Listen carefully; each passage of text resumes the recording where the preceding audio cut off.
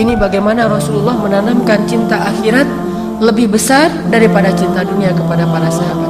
Tapi bukan berarti mereka tidak mendapatkan dunia sama sekali.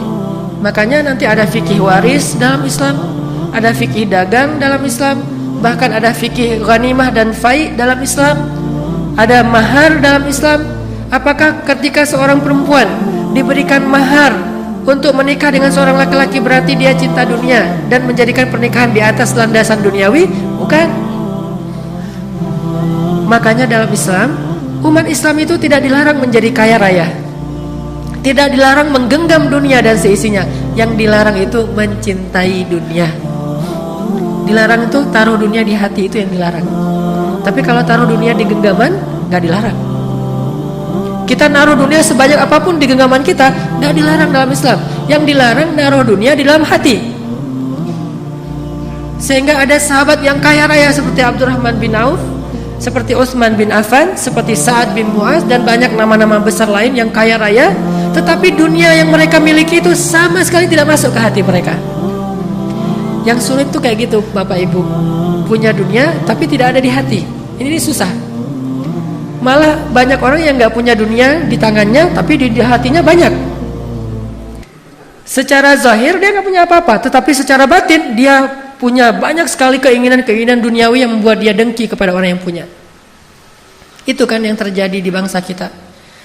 Bangsa kita mungkin orang yang tidak sulit-sulit amat hidupnya seperti di Palestina, di Gaza, apalagi sekarang Aleppo, Suriah, Myanmar, di Rohingya. Tetapi ngeluhnya bahkan kadang melebihi mereka. Kurang ini, kurang itu, segala macam, melebihi orang-orang yang benar-benar dunianya itu hampir tidak punya apa-apa. Bahkan diambil dari kehidupan mereka sebagian besar dunia. Kenapa? Ini bukan masalah apa yang kita dapatkan dan apa yang kita tidak dapatkan, tapi masalah apakah dunia itu sampai ke dalam hati kita atau hanya di genggaman kita saja. Kalau udah di hati kita, itu penyakit. Hubbud dunia. Yang dilarang itu hubbud dunia, bukan memiliki dunia. Bahkan orang Islam yang punya dunia lalu dia pakai untuk fi sabilillah, itu punya keutamaan yang khusus di mata Allah. Sampai di antara sahabat dulu tuh ada adegannya, sahabat-sahabat yang miskin demo. Itu pernah dulu di zaman Rasul, sahabat-sahabat yang miskin, kalau bahasa sekarang mah demo ke Rasul. Datang satu kelompok sahabat miskin namanya Ahlus Suffah, datang menemui Rasulullah terus mengatakan, "Ya Rasulullah, zahaba ahlud dutsuri bil ujur." Ya Rasulullah, orang kaya sudah memborong pahala.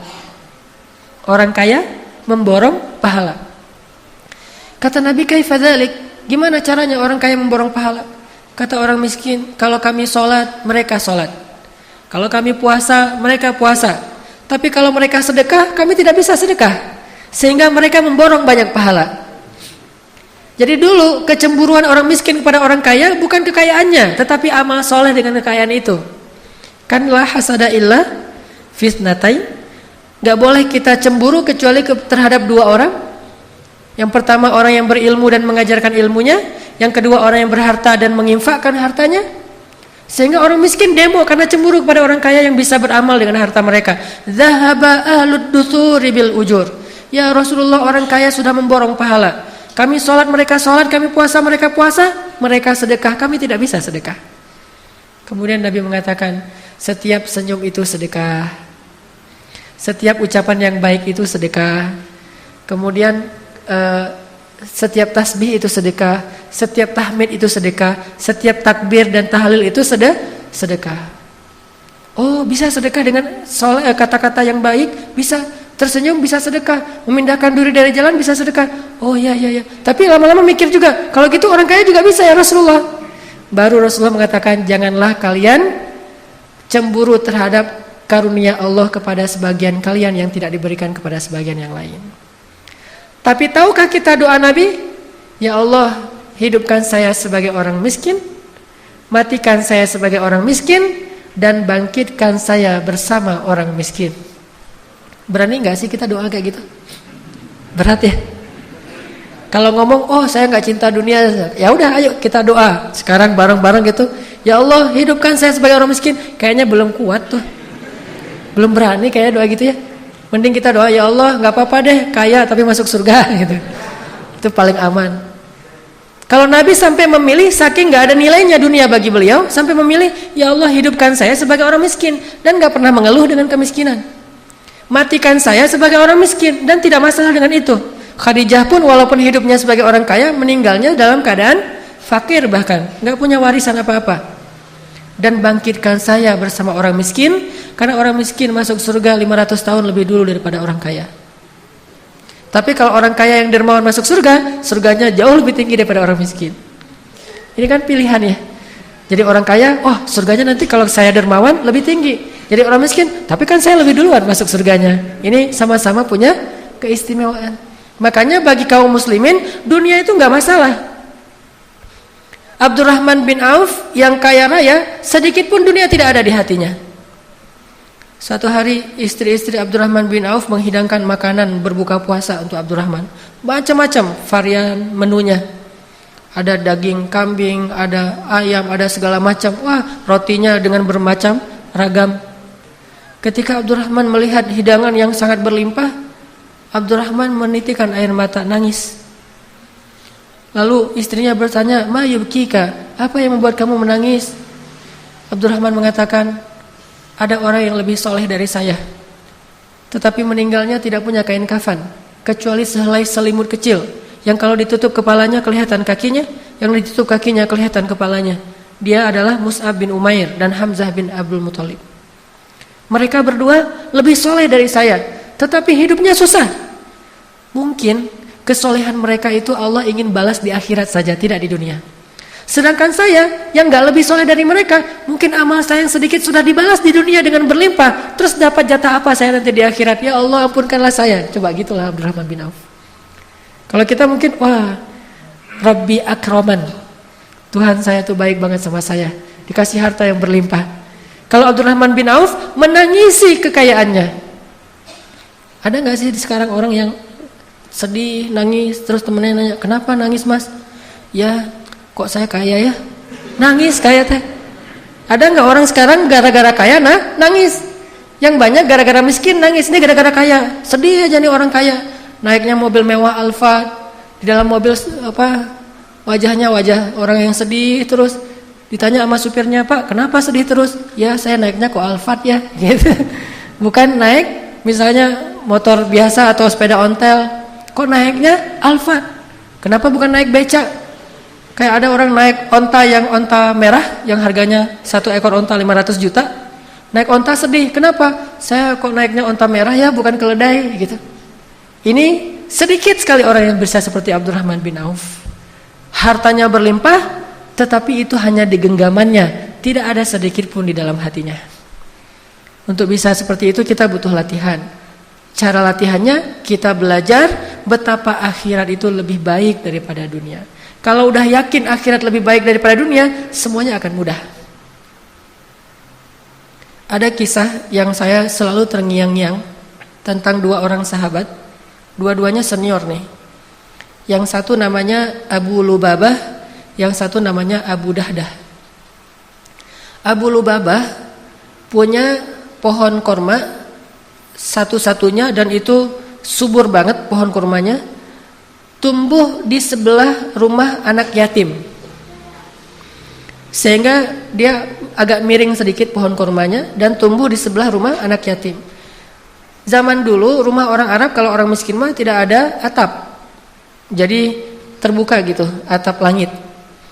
Karena pohon kurmanya rindang, sehingga kalau buah-buah kurma itu jatuh, ada juga yang jatuh ke dalam rumah anak yatim.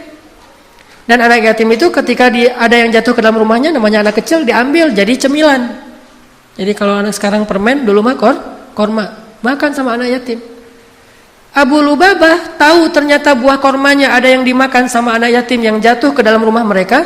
Akhirnya Abu Lubabah mengadu kepada Rasulullah, ngelaporin anak yatim. "Ya Rasulullah, itu anak-anak pada ngambil korma saya dan saya nggak rela." Dipanggil, Rasulullah nggak tahu kalau itu anak yatim. Ketika dipanggil menghadap ke Rasul, ditanya, "Kenapa kalian makan?" "Oh, kami kira kami punya hak di situ, soalnya kami anak yatim."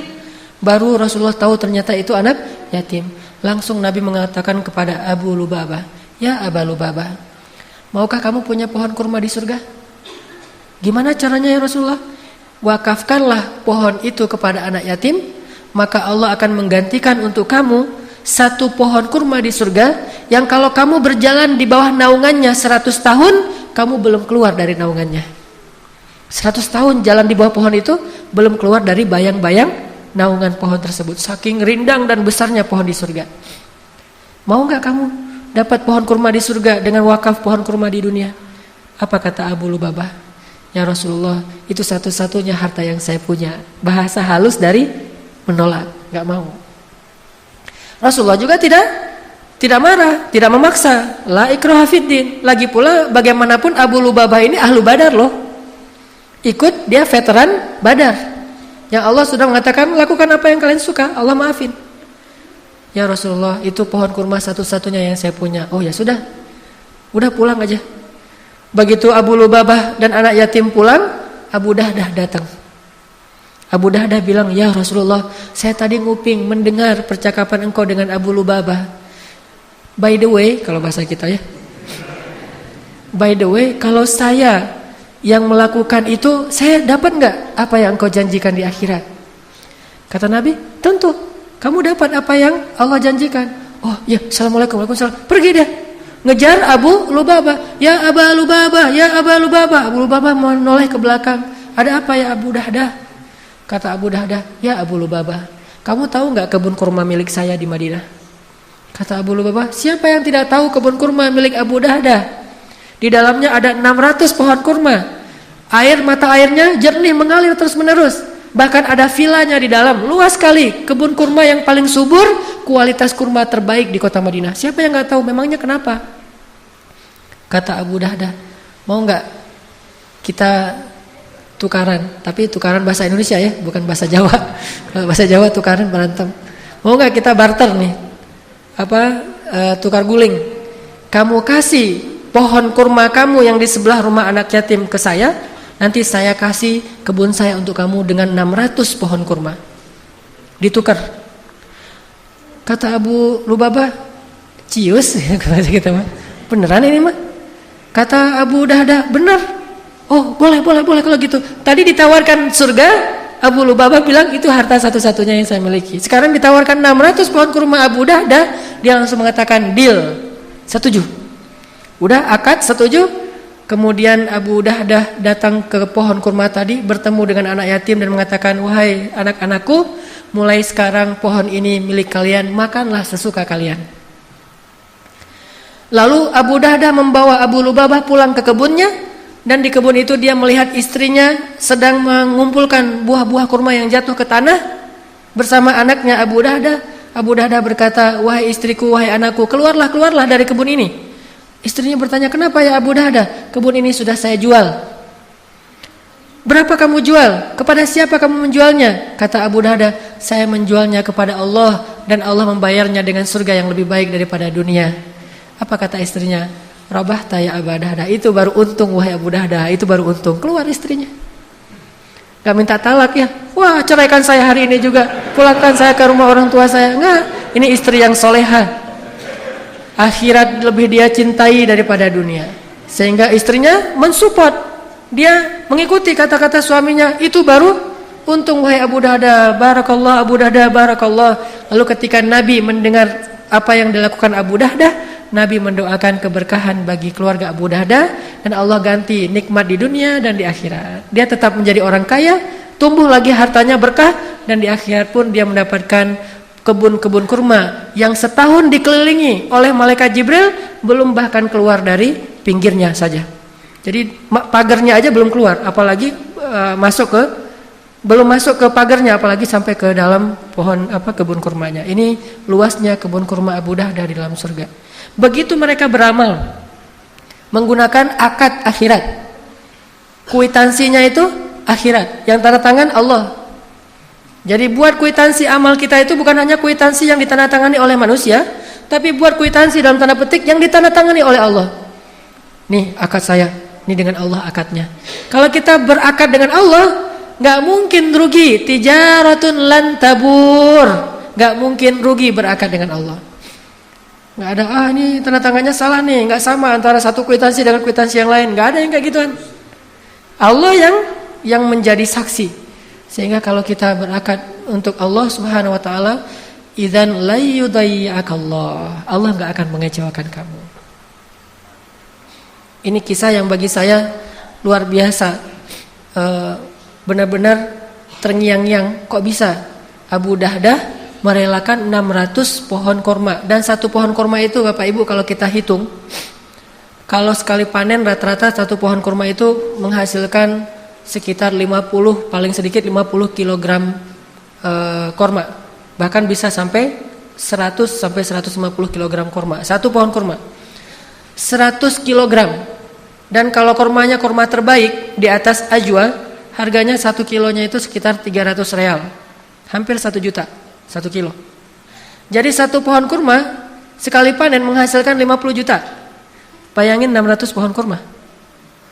600 pohon kurma. Miliaran itu sekali panen. 6 bulan sekali panen. Miliaran. Dihadiahkan dan dia gak punya apa-apa karena dia yakin di akhirat lebih baik dan gak ada rasa kecewa, sedih atau kehilangan. Biasa aja. Istrinya pun menganggap bahwa kehilangan miliaran tapi Allah ganti yang lebih baik di akhirat. Ini iman. Susah bisa seperti ini. Tapi kalau bisa sedikit saja mirip dengan ini, kita akan punya amalan-amalan yang jauh lebih baik daripada hanya berakad dengan kwitansi manusia. Belajar berakad dengan akhirat, biar Allah yang tanda tangan kwitansinya. Allah yang jadi saksi, malaikat yang jadi saksi. Kemudian la yudayyi'akallah, enggak mungkin kita akan kecewa. Ada lagi kalimat dari seorang imam para ulama, yaitu Imam Hasan Al-Basri, tabi'in, bahkan disebut dengan istilah imamnya para tabi'in. Kan tabi'in ini ada beberapa tokoh tabi'in yang terkenal. Ada sebaik-baik tabi'in adalah Uwais Al-Qarani. Kemudian pemimpin para tabi'in itu Ibnul Musayyib, Sa'id Ibnul Musayyib atau Musayyab, dan Hasan Al-Basri imam dalam kebijaksanaan. Apa kata Imam Hasan Al-Basri? Dunia dan akhirat itu seperti timur dan barat, dan kita berada di tengah-tengah. Dunia dan akhirat seperti timur dan barat, dan kita berada di tengah-tengah. Ketika kita condong ke timur, maka kita menjauh dari barat. Ketika kita condong ke barat, berarti kita menjauh dari timur. Gak mungkin kita condong kedua-duanya sekaligus. Itu dalam urusan hati. Beda dalam urusan amal. Kalau dalam urusan amal, kadang bisa mendapatkan dunia akhirat sekaligus. Kalau dalam urusan amal, bersedekah, akhirat dapat, dunianya Allah lipat gandakan. Memberi nafkah, bekerja untuk memberi nafkah kepada keluarga, dunia dapat harta, akhirat itu pahalanya lebih besar daripada pahala infak fi sabilillah. Kalau niatnya nafkah keluarga. Kalau dalam amal, dunia akhirat itu bisa jalan berbarengan. Tapi kalau dalam urusan hati, nggak bisa. Hati itu tidak condong kecuali ke salah satu arah. Makanya Allah berfirman tentang bab adil dalam urusan perasaan, walan ta'dilu. Kalian gak mungkin adil walaupun kalian berusaha. Kalau urusan perasaan gak mungkin adil. Bahkan Nabi ketika ditanya siapa orang yang paling engkau cintai, kata Nabi Aisyah. Tentunya karena Khadijah sudah wafat, yang sezaman maksudnya, yang hidup. Siapa orang yang paling engkau cintai di antara yang hidup? Aisyah, kata Rasulullah. Padahal beliau punya Hafsah, Sofia, Maria, dan banyak nama-nama istri beliau. Tapi tetap kalau cinta, Aisyah yang paling dicintai. Tapi kalau nafkah, adil di antara semuanya. Sehingga setelah Nabi membagi-bagi nafkah kepada semua istri beliau, beliau mengangkat kedua tangannya mengatakan, ya Allah, inilah yang saya mampu adil. Maafkanlah saya jika ada yang saya tidak mampu adil, yaitu perasaan. Begitu juga urusan dunia akhirat, nggak mungkin adil. Saya mah mencintai dunia dan akhirat itu proporsional, nggak bisa. Kalau kita condong ke dunia, berarti kita menjauh dari akhirat. Ini kalau hati. Kalau condong ke akhirat, berarti menjauh dari dunia. Sehingga seorang Ali bin Abi Thalib, ketika dia menjadi khalifah yang keempat, dia mengatakan, ya dunia, talaqtuki salas. Wahai dunia, aku telah mentalak kamu dengan talak 3. Gak ada jalan untuk rujuk buat kita. Jadi gak usah goda-godain saya. Kita udah gak bisa rujuk. Kecuali kamu nikah dulu, muter-muter, setelah itu dicerain baru datang ke saya lagi. Susah. Ya dunya, talaqtuki salas. Wahai dunia, saya sudah mentalak kamu dengan talak 3. Artinya talak bila rujuk. Talak yang tidak bisa lagi rujuk. Ini urusan hati. Apakah kemudian setelah itu Ali nggak makan? Makan. Tapi makannya pakai mulut, bukan pakai hati. Jadi jangan makan hati. Makannya pakai mulut, makan kebutuhan. Pakai kendaraan, pakai. Pakai pakaian, pakai. Punya tempat tinggal, punya. Bahkan punya pembantu, punya. Karena itu kebutuhan untuk keluarganya. Istrinya punya banyak anak. Anak dari Fatimah, ditambah lagi setelah Fatimah wafat, nikah dengan Asma bintu Umais, punya anak juga. Butuh pembantu untuk merawat anaknya, merawat keluarga. Tetapi semua itu tidak dia lakukan dengan perasaan atau hatinya. Makanya urusan dunia mah gak usah baper. Urusan dunia jangan baper-baper banget. Urusan akhirat aja yang baper. Begitu baca La uqsimu biyaumil qiyamah, langsung gemetar. Ketika baca Ulaika humul warisun alladzina yarithuna al-firdausa hum fiha khalidun. Semangat, baper untuk urusan akhirat. Ya ayyuhalladzina amanu hal adullukum ala tijaratin tunjikum min azabin alim. Hai orang-orang yang beriman, mau enggak aku tunjukkan perniagaan yang menyelamatkan kalian dari api neraka? Semangat langsung gitu. Itu baper akhirat. Kalau baper dunia, midnight sale. Wah, mana midnight sale? Browsing, cari diskon 50% segala macam. Baper kan? Kita mungkin secara manusiawi agak baper dalam urusan dunia. Semangat, sedih, kecewa, bahagia, urusan dunia. Itu udah manusiawi. Tetapi kita juga harus belajar punya perasaan yang bahkan lebih dari itu dalam urusan akhirat. Bahagia, kecewa, sedih, senang, urusan akhirat. Kenapa kita sedih? Karena hari ini sholatnya telat. Kenapa kita bahagia? Alhamdulillah bisa sedekah, alhamdulillah bisa beramal soleh, alhamdulillah bisa memaafkan kesalahan orang lain. Kenapa? Begitu kita maafin kesalahan orang, Allah maafin kesalahan kita. Semangat, senang gitu. Karena akadnya kwitansi akhirat, bukan hanya kwitansi dunia. Amal akan jauh lebih mudah ketika kita belajar akhirat. Ahabba ilaihi, lebih dia cintai. Kalla bal tuhibbunal ajilah wa tadharunal akhirah. Kata Allah tadi di Al-Qiyamah, kalian lebih mencintai ajilah dunia dan kalian mengabaikan akhirat. Padahal walal akhiratu khairul laka minal ula wal akhiratu khairu wa abqa. Akhirat lebih baik daripada dunia dan akhirat lebih baik dan kekal. Belajar berakad untuk akhirat, belajar mencintai akhirat.